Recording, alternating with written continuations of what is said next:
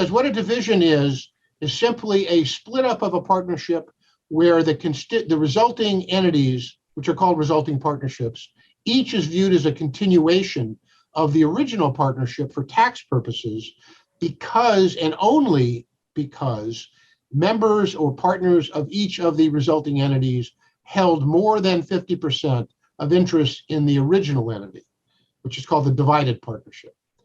And this structure, which is kind of like a corporate reorganization, a corporate division, is treated in California, and as far as I know, other places, but California being the one I know best, as being different from the drop and swap, where interests in property are sent out to individual partners or even to subgroups where you didn't satisfy this more than 50% test. And California is regularly doing no changes, accepting drop and swap transactions where divisions are used when it would deny 1031 treatment, and therefore the exchanges or sales by individual resulting partnerships, it's accepting those where it would not accept a classic drop and swap. So the division. Where is it that the rules defining how you do a partnership division are contained? 708 B2B is the section, and the regulations thereunder.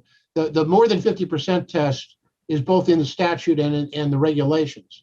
So, although really what those say, those are predicated on you having a division.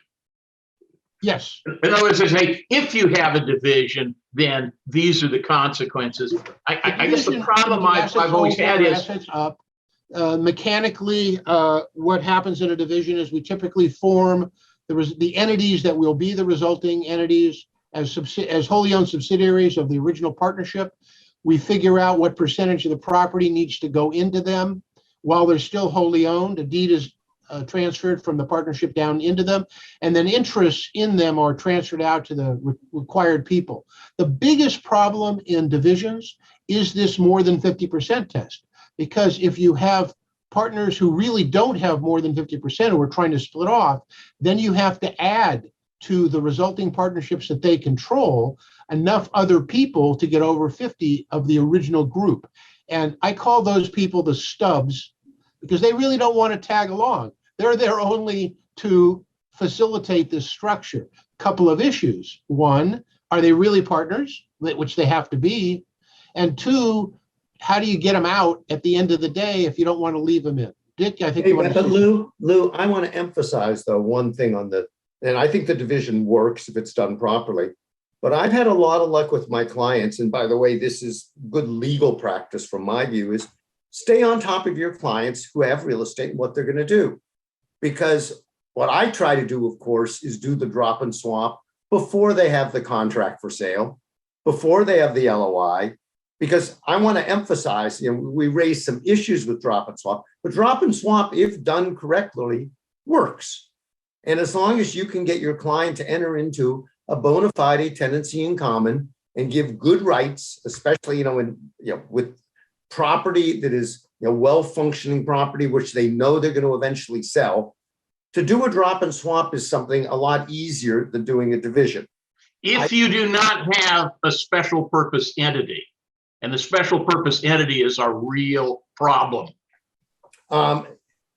There's no question that if you need to have a special purpose entity, there's an issue. And to address that, we actually more frequently, and I know we can go over just a minute or two, we regularly use the Delaware statutory trust instead of doing a tenancy in common, because you can convert a partnership into a Delaware statutory trust that's treated for tax like a drop and swap, because it's treated as if there's a distribution out followed by a contribution into the DST.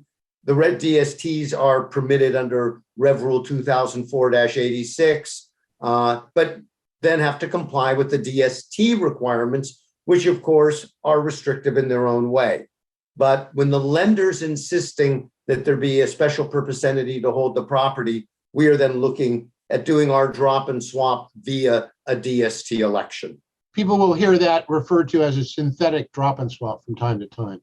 Which may work or may not work. Let me say I agree with Dick. If you can do a classic drop and swap, go that, and you haven't yet agreed to sell, so you don't have this core holding issue, by all means, do it that way.